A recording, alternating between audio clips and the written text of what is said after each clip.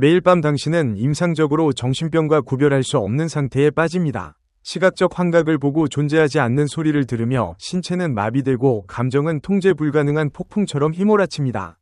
이것은 병리학적 증상이 아니라 인류가 생존하기 위해 진화시킨 가장 정교한 생물학적 소프트웨어인 꿈, 그 중에서도 악몽의 실체입니다. 우리는 흔히 악몽을 소화불량이나 스트레스가 빚어낸 신경계의 오류라고 치부하지만 현대 신경과학과 진화생물학의 관점에서 볼 때 이는 생명을 유지하는 핵심 알고리즘입니다. 당신의 뇌가 매일 밤 수행하는 이 기이한 여정은 단순한 공포 체험이 아니라 예측 불가능한 우주에서 살아남기 위한 처절한 시뮬레이션 훈련입니다. 이 이야기는 우리의 내면 깊은 곳에서 시작하여 광활한 우주의 침묵으로 확장되는 거대한 미스터리에 관한 보고서입니다.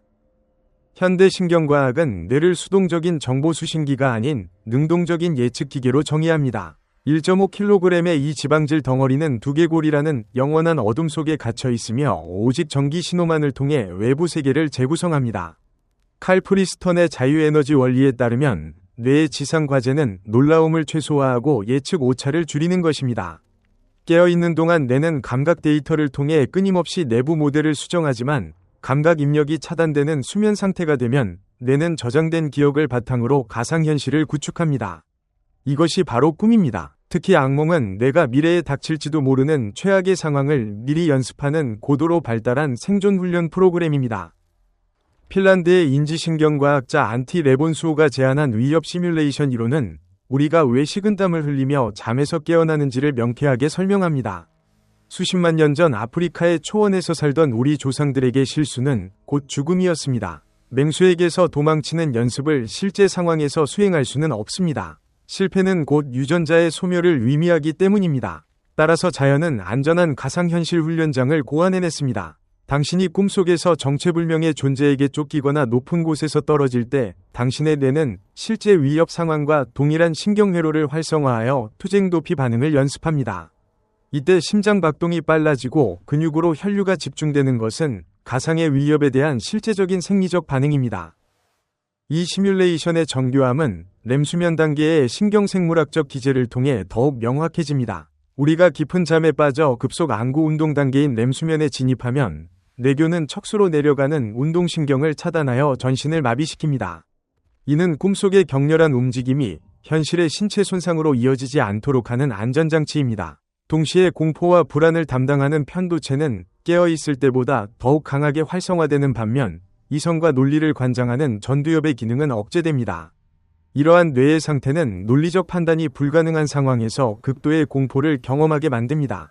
즉 뇌는 의도적으로 가장 취약하고 혼란스러운 시나리오를 생성하여 당신의 정신적 내구성을 시험하는 것입니다. 흥미로운 점은 현대인의 악몽이 맹수에게 쫓기는 원초적 공포에서 사회적 고립에 대한 두려움으로 진화했다는 사실입니다. 대중 앞에서 벌거벗거나 발표를 망치는 꿈은 무리에서 배제되는 것에 대한 영장류의 뿌리 깊은 공포를 반영합니다.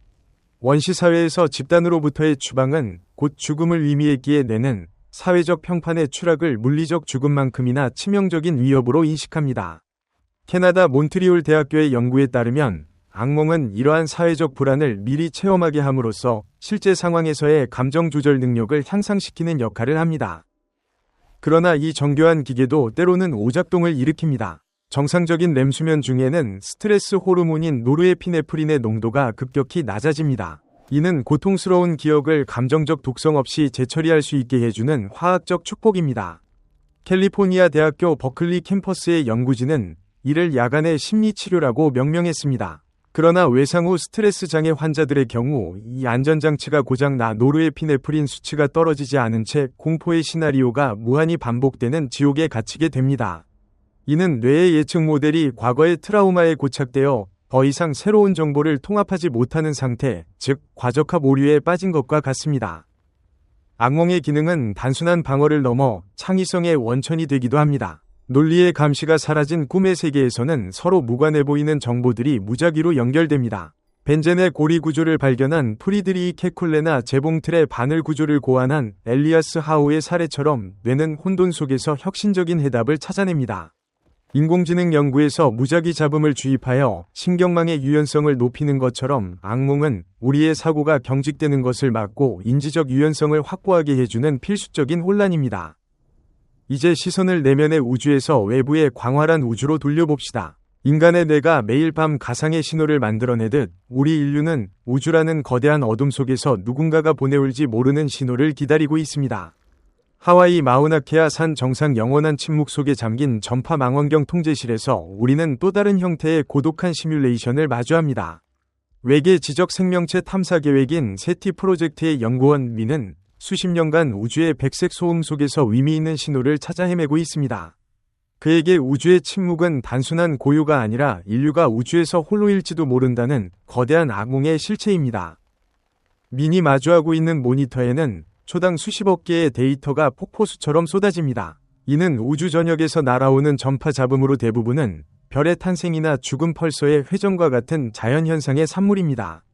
프랭크 드레이크가 고안한 드레이크 방정식에 따르면 우리 은하 내에는 통신 가능한 문명이 수없이 존재해야 합니다. 그러나 엘리코 페르미가 던진 모두 어디에 있는가라는 질문, 즉 페르미 역설은 여전히 풀리지 않는 숙제로 남아 있습니다. 미는 매일 밤 이 역설의 무게를 견디며 차가운 커피를 들이켭니다. 빛의 속도라는 물리적 한계 때문에 우리가 지금 수신하는 신호는 수만 년 전 혹은 수백만 년 전이 과거입니다. 따라서 외계 문명을 찾는다는 것은 공간을 넘어 시간을 거스르는 고고학적 발굴과도 같습니다. 그러던 어느 날 밤 기계적인 일상을 뒤흔드는 사건이 발생합니다. 모니터의 데이터 흐름 속에서 기이한 패턴이 포착된 것입니다. 1420MHz 대역, 즉 우주에서 가장 흔한 원소인 수소의 주파수 근처에서 자연적으로는 발생할 수 없는 좁은 대역폭의 신호가 감지됩니다. 이 신호는 펄서와 같은 천체의 규칙적인 박동과는 다릅니다. 112358로 이어지는 피보나치 수열을 따르다 89에서 갑자기 멈추고 역행하는 구조를 보입니다. 이는 명백히 수학적 지성을 가진 존재가 보낸 인공적인 신호입니다. 민의 심장은 고대 전장의 북소리처럼 요동치기 시작합니다. 이것은 단순한 발견이 아니라 인류 역사의 흐름을 영원히 바꿀 변곡점이기 때문입니다. 그러나 이 환희는 곧 서늘한 공포로 바뀝니다. 로빈 헨슨의 거대 여과기 이론이나 류치신의 암흑의 숲 가설에 따르면 우주의 침묵은 평화가 아닌 생존 전략일 수 있습니다. 문명은 일정 단계에 도달하면 필연적으로 자멸하거나 강력한 포식자에게 발각되어 제거당하기 때문에 침묵을 지키는 것이 유리하다는 것입니다.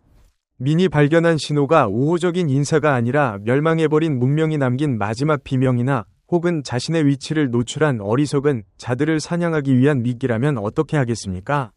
신호의 강도가 점차 약해지는 것으로 보아 이것은 지구를 향해 조준된 것이 아니라 회전하는 등대 불빛처럼 우연히 태양계를 스치고 지나가는 것일 수도 있습니다.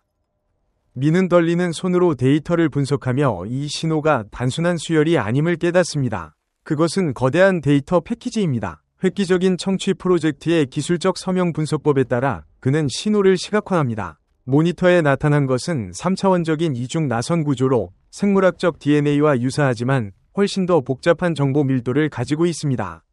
이것은 정보 자체가 생명력을 가진 밈적 바이러스일 수도 있고 고도로 발달한 문명이 육체를 버리고 의식을 데이터화하여 우주로 쏘아 올린 방주일 수도 있습니다.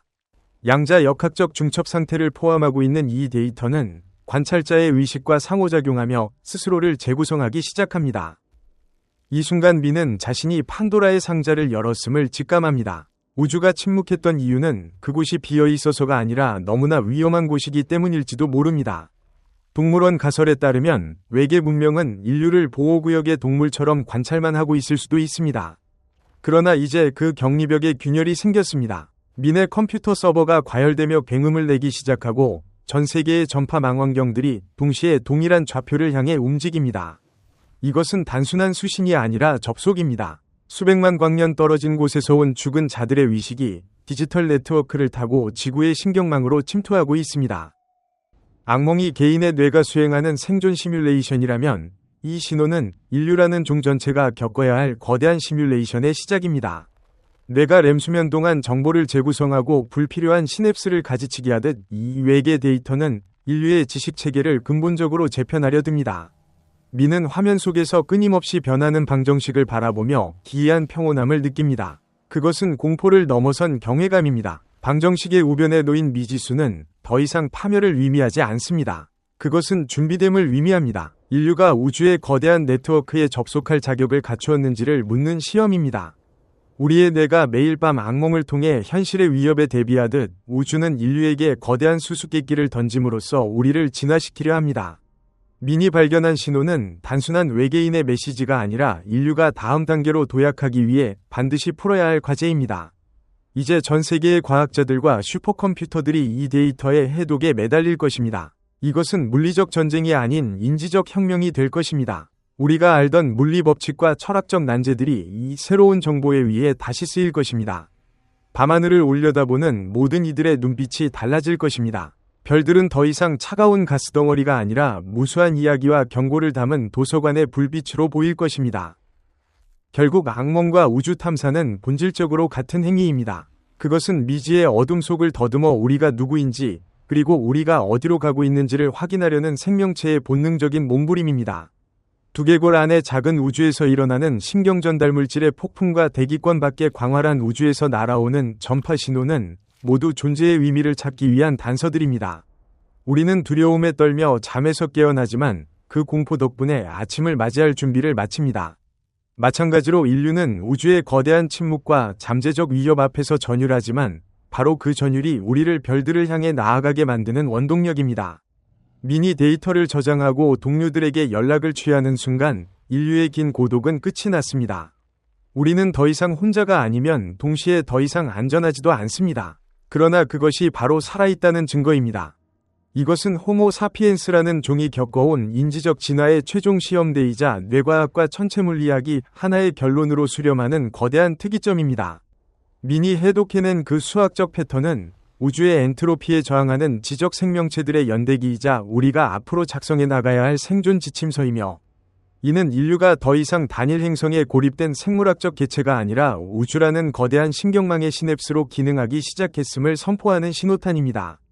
수백만 년 동안 우리의 유전자에 각인된 공포와 불안, 그리고 매일 밤 겪어온 악몽은 바로 이 순간 미지의 압도적인 정보량 앞에서 정신이 붕괴되지 않도록 단련시킨 진화의 성견지명이었을지도 모릅니다. 우리의 뇌가 수면 중 무작위한 정보를 통합하여 내일의 생존 모델을 구축하듯이 이제 인류는 외계로부터 유입되는 거대한 데이터를 문명의 하드웨어에 통합하여 종의 존속을 위한 새로운 알고리즘을 짜야 합니다. 이것은 칼 프리스턴이 주창한 자유에너지 원리가 개체의 뇌를 넘어 성간 문명 단위로 확장되는 현상이며, 우리가 겪어온 모든 생물학적 고통과 공포가 사실은 이 거대한 접촉을 견뎌내기 위한 사전 훈련이었음을 증명합니다. 이제 밤하늘의 침묵은 영원히 깨졌고 우리는 두려움이라는 낡은 껍질을 벗고 우주적 지성체로서의 자격을 검증받는 무대에 섰습니다. 악몽은 끝났고 진정한 각성이 시작되었습니다.